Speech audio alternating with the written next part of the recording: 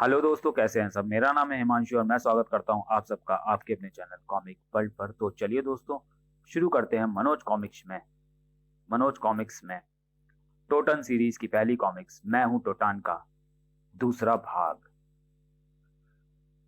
ये रमाकांत, तब से साइंस की दुनिया तब साइंस की दुनिया में तहलका मच जाएगा। वाह रमाकांत, तब तो साइंस की दुनिया में तहलका मच जाएगा। वो जो इस कमरे में बैठा है, वो जो अर्जुन की बर्बादी का जिम्मेदार है, वो जिसके काले कारनामे जानकर देश का बच्चा बच्चा उसके नाम पर थूकेगा, वो है जनरल जीरो। ठीक है श्रीमान, मैं फ्रंट पर ऐसे हालात पैदा कर दूंगा कि आपका आतंकवादी दल आसानी से कश्मीर में प्रवेश कर सके। जनरल जीरो, हम भी तुम्हें इतना पैसा देंगे जितना तुम जिंदगी भर नहीं कमा सकोगे। बस हमारा काम इसी तरह करते रहो, ओके। उफ, जनरल की वर्दी में शैतान छुपा है। मैं तुझे बेनकाब करके रहूंगा हरामजादे। अचानक जनरल जीरो के कक्ष का दरवाजा टूटकर एक ओर जा गिरा। ठाक! कैप्टन अर्जुन, तुम यहाँ? हाँ कमीने, तेरी एक एक बकवास सुन ली है मैंने। जनरल जैसे पद पर बैठकर तूने शत्रु देश के लिए काम किया ना, लानत है तुझ पर। भारत माँ की सौगंध, तुझे फांसी पर न चढ़वाए तो मेरा नाम अर्जुन नहीं। खबरदार रहना। जनरल जीरो को खबरदार करके चला गया अर्जुन, जबकि जनरल जीरो के मुंह पर सियार जैसी मुस्कुराहट तैर गई। फांसी तो अब तुझे होगी बेटा अर्जुन। कहने को जनरल जीरो हूं मैं, पर काम पूरे 100 नंबर का करता हूं। उसी रात ट्रेंड ट्रेंड अर्जुन ने फोन उठाया। Hello captain, Arjun speaking. Sir, मैं सुधीश मेहरा बोल रहा हूँ। मेरी जान खतरे में है, आप फौरन पुराने आर्मी हेडक्वार्टर पहुंचे। डोंट वरी मेहरा, मैं फौरन पहुंच रहा हूँ। रिसीवर को क्रेडल पर पटक कर भागा अर्जुन। आर्मी का हेडक्वार्टर अब सेना के उपयोग में नहीं आता था, उजाड़ पड़ा था। पता नहीं सुधीश मेहरा कहाँ मिलेगा। हेडक्वार्टर में एक कमरे के पास ठटक गया अर्जुन। इसी कमरे से आ रही है सुधीश मेहरा के कराहने की आवाज। सुधीश, सुधीश, तुम्हारा ये हाल किसने किया, बोलो। जनरल। पूरा नाम भी न ले पाया कि वह गर्दन एक और लुढ़क गई। ओह, ये तो मर गया। ठीक इसी पल अर्जुन के पीछे एक साया प्रकट हुआ। आहट सुनकर पलटा अर्जुन। कौन? कुछ समझ पाता उससे पहले ही अर्जुन के सिर पर लाठी का तीव्र प्रहार हुआ। ठाक! ओह! बेहोशी के सागर में डूबता चला गया वह। जनरल साहब, काम हो गया। गुड, तुम्हारा मेहनताना तुम्हें पहुंचा दिया जाएगा। अपने कक्ष में बैठा जनरल जीरो ठहाका लगा उठा। जनरल जीरो हमेशा पूरे 100 नंबर का काम करता है। जब अर्जुन की बेहोशी टूटी तो उसने अपने आप को सैनिक जेल में पाया। मुझ पर किसने वार किया था? सुधीश कहाँ है? मैं कहाँ हूं? तुम इस समय सैनिक जेल में कैद हो। विस्फोट सा हुआ अर्जुन के मस्तिष्क में। क्यों? किस जुर्म में कैद किया गया मुझे? तुमने सुधीश मेहरा का खून किया है। हलक फाड़कर चीख उठा अर्जुन। नहीं, मैंने खून नहीं किया, मैं खूनी नहीं हूं। तुम ये सब सैनिक अदालत में कहना। जल्दी ही सैनिक अदालत में पेश किया गया अर्जुन को। जज साहब, मैंने खून नहीं किया, मेरे खिलाफ एक सबूत भी हो तो बताएं। सबूत ये रहा महोदय, इस रिवॉल्वर पर अर्जुन की गोलियों के निशान है, सॉरी उंगलियों के निशान है, जिससे इसने सुधीश का खून किया। और ये वो डंडा है जिसे मारते हुए सुधीश ने अर्जुन के सिर पर मारकर उसे बेहोश कर दिया। ये सबूत नकली है। ये रिवॉल्वर, ये डंडा, इनसे मेरा दूर दूर तक कोई वास्ता नहीं है जज साहब। कमीने, मैं तेरा खून पी जाऊंगा। रोको इसे, क्विक। इस पावन देश की भूमि पर नासूर है तू, मैं तुझे मिटाकर रख दूंगा। आखिरकार तमाम गवाहों के बयानात व सबूतों के मद्देनजर रखते हुए यह अदालत मुजरिम अर्जुन को सुधीश मेहरा का खून करने व जनरल जीरो पर कातिलाना हमला करने के लिए फांसी की सजा सुनाती है। रमाकांत के दिल में उठ रहा था एक अनोखा तूफान। नहीं अर्जुन, मैं तुझे मरने नहीं दूंगा, तुझे जीना होगा, मैं बचाऊंगा तुझे। कुछ दिनों बाद सैनिक जेल में। रमाकांत, मुझे बचा लो, वरना मैं अपना बदला कैसे ले पाऊंगा। फिक्र मत करो दोस्त, तुम्हें कुछ नहीं होगा, मैं बचाऊंगा तुम्हें। लेकिन तुम मुझे कैसे बचाओगे? ये देख, तेरी रिहाई का ऑर्डर। मैंने अपने एक्सपेरिमेंट को पूरा करने के लिए सरकार से तुझे मांग लिया। तुम इसी समय से आजाद हो अर्जुन। अगले कुछ क्षणों बाद अर्जुन सैनिक जेल से बाहर था। घर पहुंचते ही अपनी प्यारी बेटी दीपाली को चूम लिया उसने। मेरी दीपाली, शायद तेरी किस्मत से ही बच पाया हूं मैं। अर्जुन, जल्दी तैयार हो जाओ, तुम्हें मेरे साथ लेबोरेटरी चलना है, जहां मैं तुम्हें उस मशीन की मदद से बनाऊंगा एक ऐसा अद्भुत शख्स जो जुर्म की दुनिया में भूचाल ला देगा। मैं तुम्हें दूंगा वो अद्भुत शक्तियां जो जुर्म के दलदल में पनप रहे गंदगी के कीड़ों को मारने में तुम्हारी सहायता करेंगी। ओह, जनरल साहब को सूचित करता हूँ, प्रकाश वे जान पाते कि उनकी बातें एक रहस्य में साया सुन चुका था। हेलो जनरल, रमाकांत अर्जुन को लेकर लेबोरेटरी जाने वाला है। वहां वो किसी मशीन की मदद से उसे एक अद्भुत व्यक्ति बनाएगा। सुनकर अपने कक्ष में बैठा जनरल जीरो क्रोध से विफर ही तो पड़ा।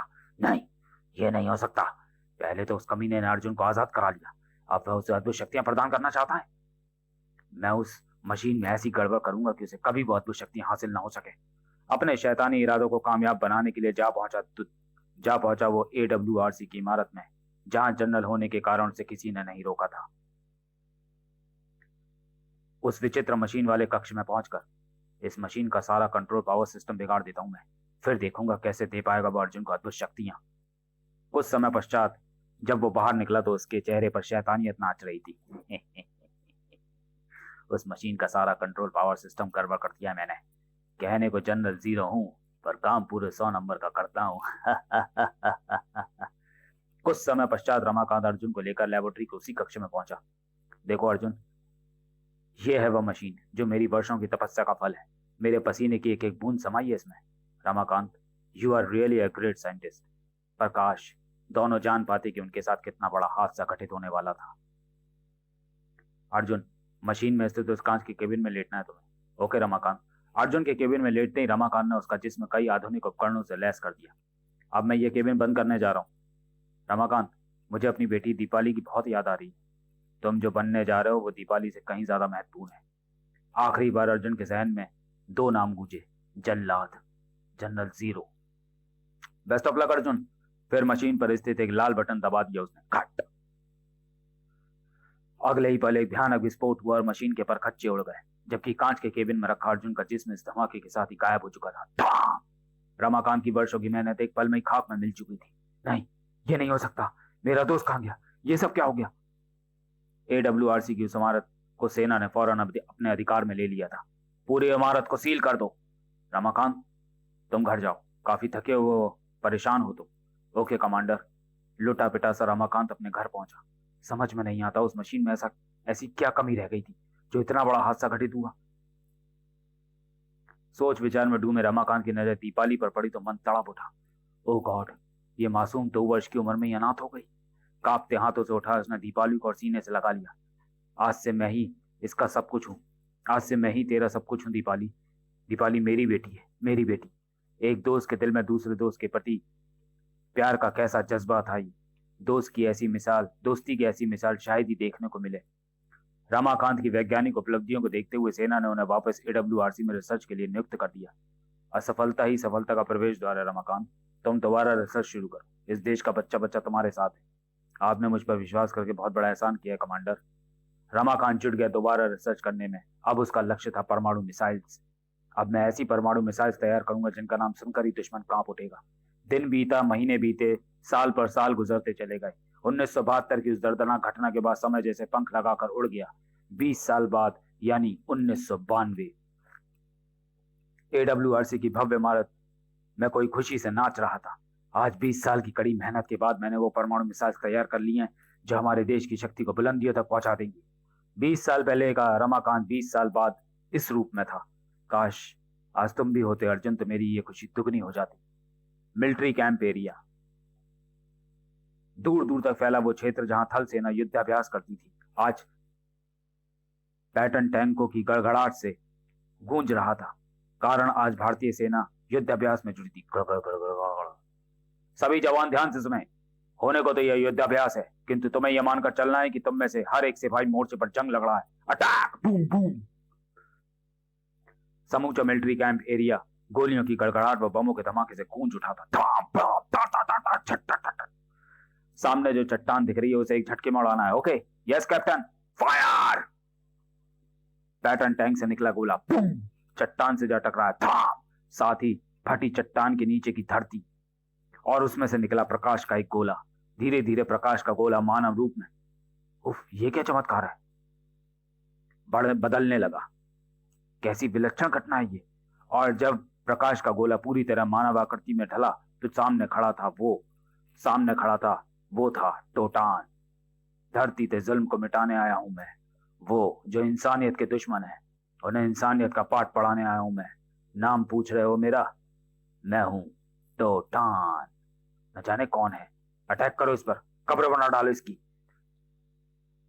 पैटर्न टैंक से गोला दागा गया। बूम! इसी पल निकली टोटान की आंखों से लेजर किरणें। मुझ पर हमला किया तुमने, लो संभालो मेरा वार। लेजर किरणें जा टकराई गोले से और अगले ही पल उसे चारों ओर से घेर कर हमला करो। किंतु टोटान पर हमला करना बच्चों का खेल नहीं था। अगले पल टोटान उड़कर आकाश में पहुंच चुका था। मैं तुम्हें बताऊंगा हमला कैसे किया जाता है। टोटान के हाथों से निकली पीली किरणें नीचे खड़े पैटर्न टैंकों पर गिरी। अगले ही पल पैटर्न टैंकों के धमाकों से पूरा कैंप एरिया थर्रा उठा। धा, धा, धा। कमांडर चीखा, इस पर रॉकेट लॉन्चर से हमला करो। सैनिक रॉकेट लॉन्चर को हाथ लगा पाते उससे पहले टोटान के हाथों ने उंगली अग्नि किरणें और अगले ही क्षण रॉकेट लॉन्चरों के छोटे छोटे टुकड़े हवा में उड़ रहे थे। यह सब देख परेशान हो उठा कमांडर। Hello, commander speaking. फौरन कैंप एरिया में फाइटर मिग विमान भेजें। ओवर। Message received. ओवर। अगले कुछ ही क्षणों में बाद वह एरिया भारतीय वायुसेना के फाइटर विमानों की आवाज से गूंज रहा था। टोटान की तरफ कई सारी मिसाइलें एक साथ छोड़ी गईं। टोटान के हाथों से निकला हरी किरणों का जाल। यह मिसाइलें मेरा कुछ नहीं बिगाड़ सकती। जाल में उलझ कर रह गई वे सारी मिसाइल। फिर टोटान ने वे मिसाइल जाल समेत उछाल दी फाइटर विमानों की तरफ। फाइटर विमानों के विस्फोट से समूचा आकाश थर्रा उठा था। अब तो रमाकांत इस समस्या से छुटकारा दिला सकता है। अगले ही पल कमांडर ट्रांसमीटर पर लगभग चीख सा पड़ा। रमाकांत, फौरन कैंप एरिया पहुंचो। अब तुम ही उस पर काबू पा सकते हो। मैं आ रहा हूं कमांडर। अगले कुछ ही मिनटों में रमाकांत AWRC से कैंप में एरिया में था। ऐसी शक्तियां तो 20 साल पहले मैंने इजाद की थी। कहीं ये मेरा खोया हुआ प्यारा दोस्त अर्जुन तो नहीं? टोटान नाम है उसका।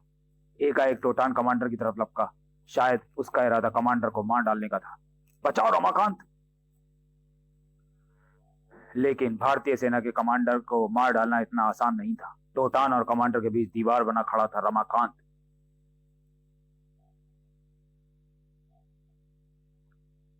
टोटान, रमाकांत के रहते तू कमांडर को छू भी नहीं सकता। रमाकांत की अंगूठे से निकली सुनहरी किरणें टोटान के शरीर पर पड़ी। उफ, ये मेरा सिर क्यों चकरा रहा है? आंखों के आगे अंधेरा सा छा रहा है। क्यों छा रहा है? मैं बेहोश। अगले ही पल लहरा कर गिर पड़ा टोटान। कुछ सैनिक टोटान को घेरे में लेने के लिए आगे बढ़े थे, किंतु ठहरो, कोई इसे हाथ ना लगाए। मैं इसे अपनी प्रयोगशाला में ले जाऊंगा। वहां मैं इसके अतीत के बारे में जानने की कोशिश करूंगा। टोटान को 2 सैनिकों की मदद से अपनी प्रयोगशाला की तरफ ले चला रमाकांत। दिमाग में बवंडर सा उठा हुआ था। अगर टोटान ही अर्जुन है तो वह पिछले 20 साल तक कहां रहा और उसके सिर पर यह हेलमेट कहां से आया? प्रयोगशाला में ये पास्ट इंडिकेटर मशीन बताएगी कि टोटान कौन है और मेरे द्वारा इजाद की हुई शक्ति उसके पास कैसे पहुंची। बटन दबते ही स्क्रीन पर जो पंक्तियां उभरी उन्हें पढ़कर उछली तो पड़ा रमाकांत। ओह गॉड! प्यारे बच्चों, स्क्रीन पर क्या लिखा हुआ था ये आप स्वयं पढ़ लीजिए। टोटान का अतीत विवरण। असली नाम अर्जुन सिन्हा, पिता का नाम विक्रम सिन्हा। यह शख्स 1968 से 1972 तक फौज में रहा। उसके बाद एक दुर्घटना में यह शरीर गायब हो गया। उसके बाद 20 साल तक सॉरी, हमारे पास्ट इंडिकेटर इसका पिछले 20 साल का अतीत कैच नहीं कर पा रहे हैं। अतः हम इसके पिछले 20 सालों का विवरण बताने में असमर्थ हैं। इसके लिए हमें खेद है। मुरझा गया रमाकांत का चेहरा। अर्जुन, मेरे दोस्त, काश ये मशीन ये भी बता पाती कि तू पिछले 20 साल तक कहां रहा और तू अर्जुन से टोटान कैसे बन गया। पास्ट इंडिकेटर मशीन यानी भूतकाल सूचक यंत्र। तो चलिए दोस्तों, वीडियो को यहीं समाप्त करते हैं और मिलते हैं मैं हूं टोटान के तीसरे और अंतिम भाग में अगले वीडियो में। तब तक के लिए धन्यवाद।